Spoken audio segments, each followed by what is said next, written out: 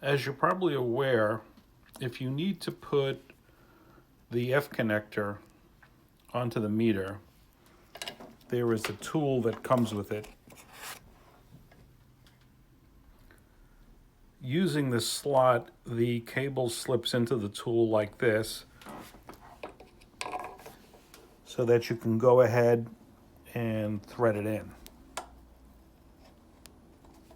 Something like this.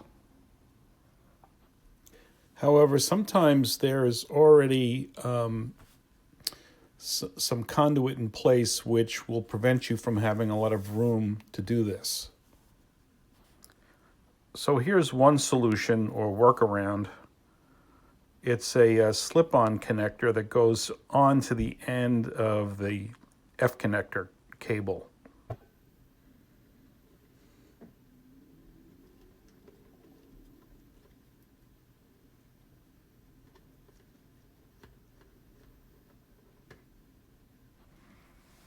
And now you can just comfortably slide it in like this,